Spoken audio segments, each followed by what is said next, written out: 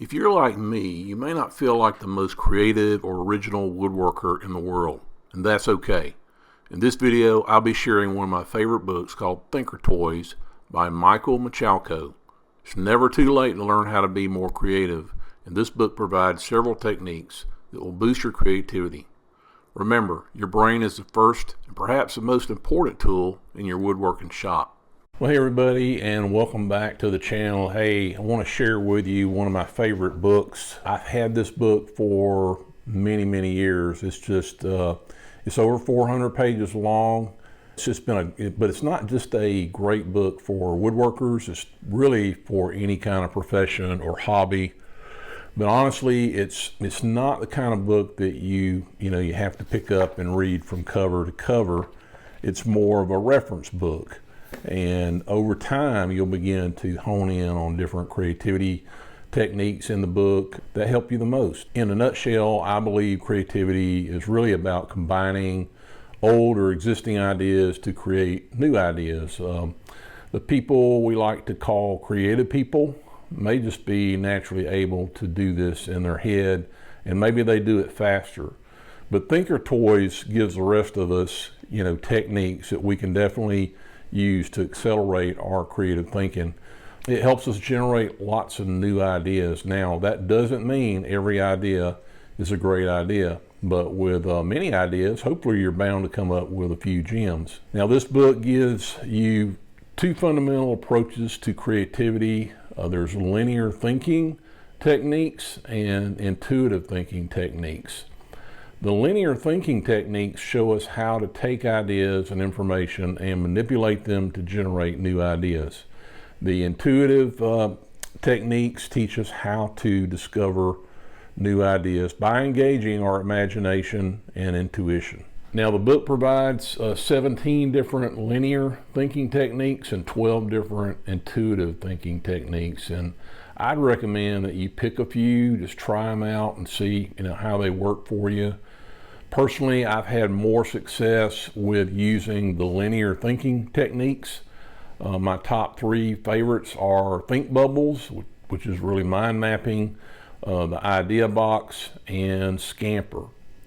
Now, Scamper is probably the one I use the most, and it's just an acronym that forces you to ask different questions, and it helps you think about how to change up existing ideas. S stands for substitute something, C stands for combine it with something else, A is adapt something to it, M is modify or magnify, P is put it to some other use, E is eliminate something, and R is reverse or rearrange it. Now, the author does give you examples and shows you how to drill down on your ideas. Again, you may generate lots of ideas, but that doesn't mean every idea will be successful. So think about Edison, think about the light bulb, how many times he had to attempt to get a successful light bulb. Now, with the Scamper technique, I'd like to show you a few examples of where I have used it. Okay, if you have subscribed to my channel, you probably know that my biggest focus is on woodworking, wood turning, wood carving projects. But at times you will see me substituting a different material like deer antler. So as you can see here, a lot of the projects that I have in my hand, I've got videos on these, the wood turned cross, the carved face in the antler, and then a writing pen made out of antler.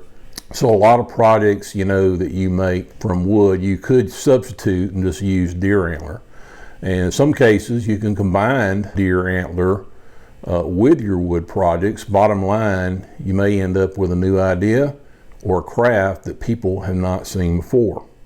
Now, here's another example from the SCAMPER acronym where I've used, substitute, and you may recognize this. This is very similar to the pegboard game that we all see, in Cracker Barrel restaurants, across America.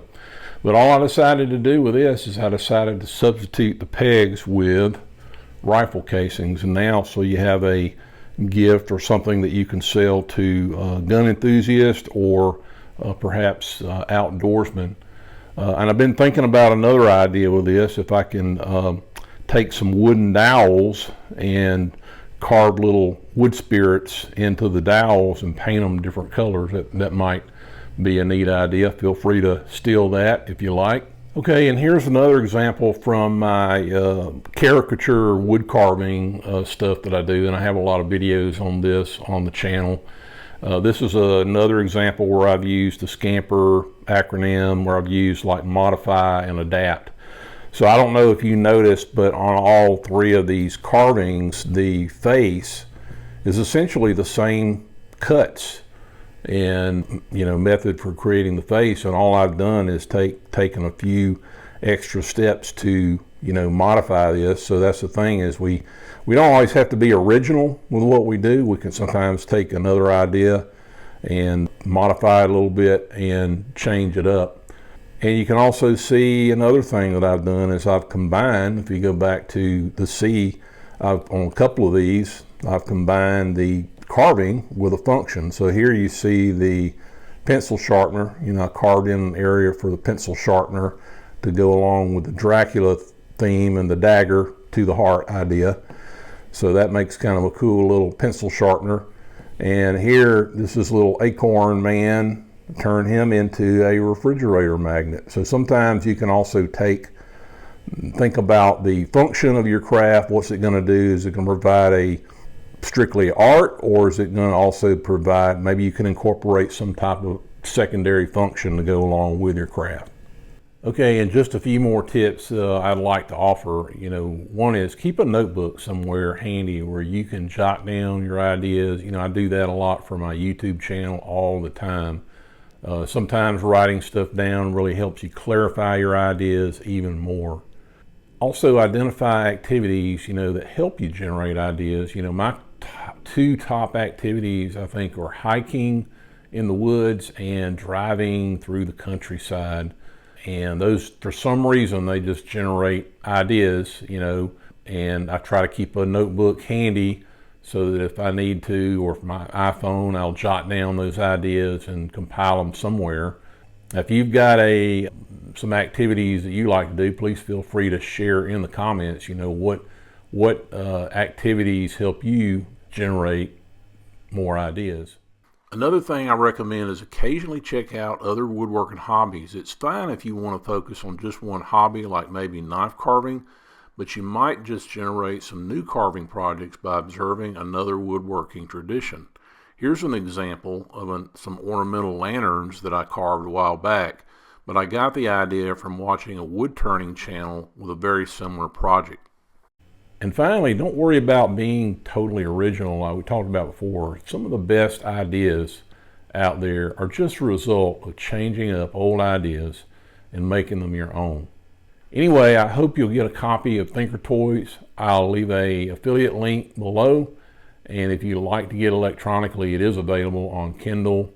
Feel free to check out some of my woodworking projects where I have been using these creative techniques.